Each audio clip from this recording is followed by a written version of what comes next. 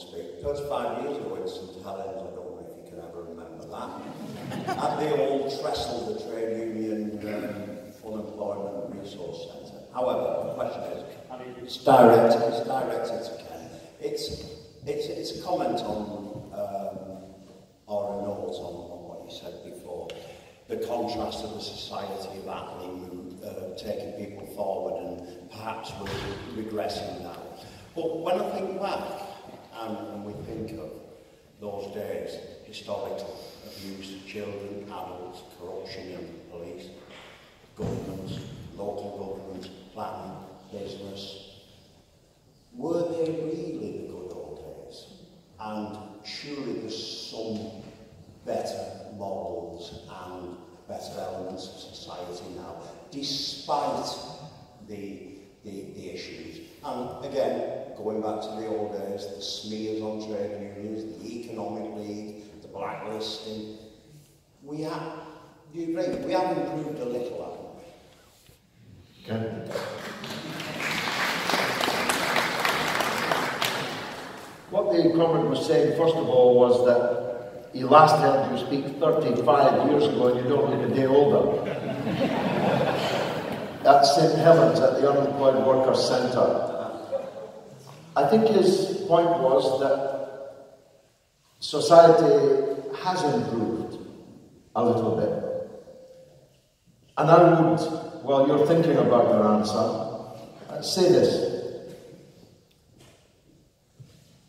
In Life on Mars, on the TV, when the police officer was standing on that roof and he had a chance of either staying now, in the second decade of the 21st century, or leaping off the roof and back to the 1970s. It didn't come as any surprise to me that he left off the roof and back to the 1970s. I have got an audio book on the 1970s with me here tonight. I'll paraphrase it. In the 1970s, not everything was better than it is today. You'll remember DCI Hunt was accused by the modern police officer of being misogynistic, homophobic and alcoholic and a whole list of insults, and he answered, "You say that as if it's a bad thing." Attitudes to race and gender, to women, to minorities, was much worse in the 1970s than it is today.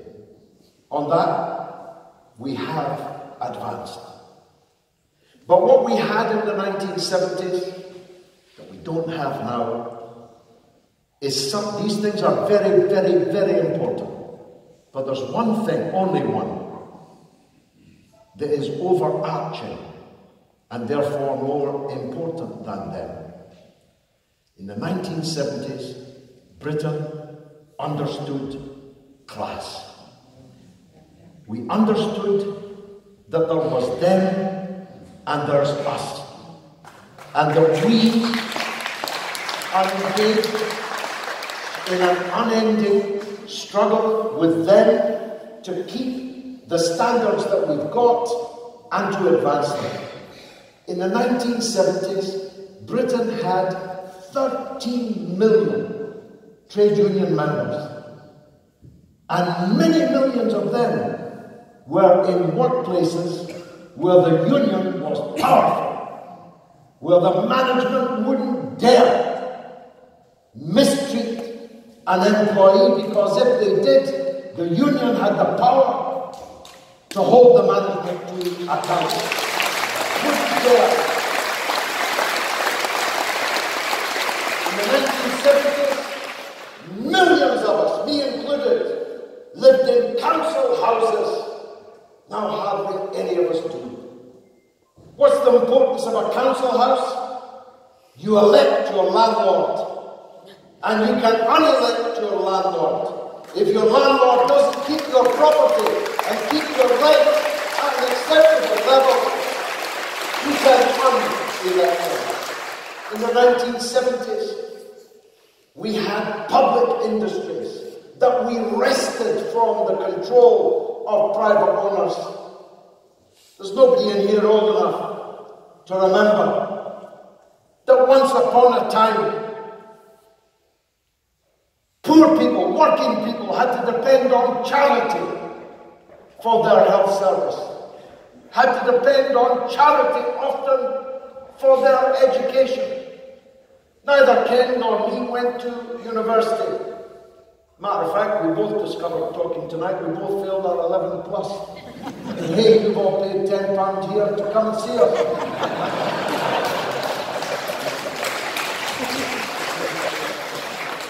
When we were young, people like us could only dream of going to a university. And in that period of the 60s and the 70s, the situation of working class people began to be transformed. So, listen to my audio and you'll get a longer answer. But have we advanced? Yes. Should we be satisfied? No. The cause of labour is still the hope of the world. The cause of labour is that working people control their own destiny and control the value, the treasure that their labour produces. That's the kind of future that we should all be striving for. The great young woman, Jewish, revolutionary Rosa Luxemburg said, it's socialism or barbarism. We choose socialism and we'll never go back. Never, ever, ever.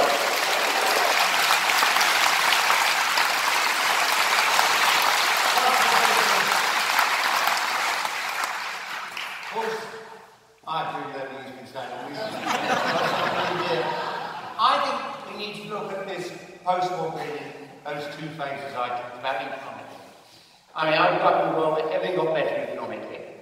People got jobs, wages went up. We were building sometimes 200,000 council homes a year. If Thatcher hadn't stopped that, we wouldn't have a housing crisis now. When I bought my first home in 1974, it was £12,000. Today it'd be worth about £1 million.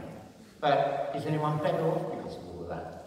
So economically, everything was getting better in that period up until the mid-70s. But it was deeply conservative. The treatment of women, seen as not equal to their partners, but very often the man taking all the decisions. Race, pretty endemic racism. If you actually look at the police records in the late 1950s and early 1960s, if police saw a black man walking with a white woman, they recorded it when they got back to the station. And, they write pretty awful things in all of that. And literally, it was only about 1983 or 4, for the first time ever, an MP, Chris Smith, came out and said, I'm homosexual. And before that, any MP exposed as gay either resigned their seat legally or just didn't seek re-election. And you look at where we now are. When I said back in 1981 the GLC was going to support lesbian and gay rights, the press went mad. My nephew, who had a paper out, came home, went running upstairs to see my mum saying, Grandma, the papers say Uncle Ken's a fairy. It was what do we have now? We have a Tory Prime Minister passing a law that allows homosexuals to marry. Inconceivable in those days. And so these two phases, things have got dramatically better about the rights of women and ethnic minorities and homosexuals. But over this last 30 years, things have got dramatically worse about our economy, our wealth, our economics. Inequality has doubled since 1979. It is now as bad as it was in 1914. So I think issues about race and sex and all that will continue to get better.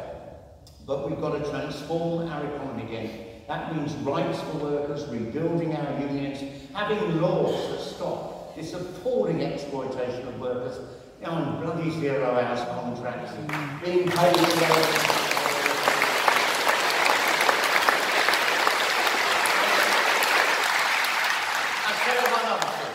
If we want to really create a lot of good new jobs, one area to do it, environmental issues. We should have a programme to insulate every building and home in this country. Not just to save our environment, but to create hundreds of thousands of new jobs. All of that. And getting our solar panels and so much else. So there's so much we can do. Don't think we can't rebuild a good, high-tech manufacturing base and give people decent, well-paid jobs again, but make sure that we're in a bloody trade union.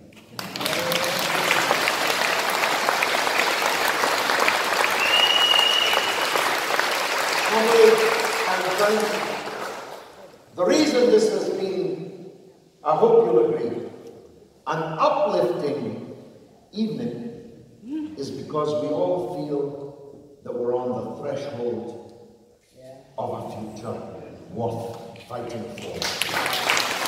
We all feel,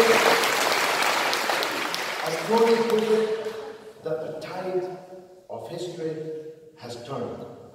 We all feel that the dark days, which lasted decades, are coming to an end, and that the sun we can glimpse may be beginning to rise.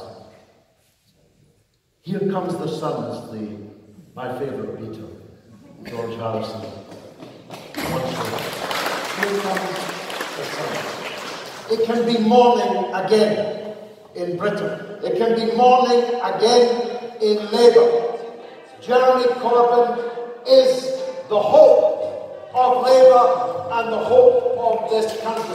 And every one of us should do everything that we can to make sure that the next time we meet, he is in number 10.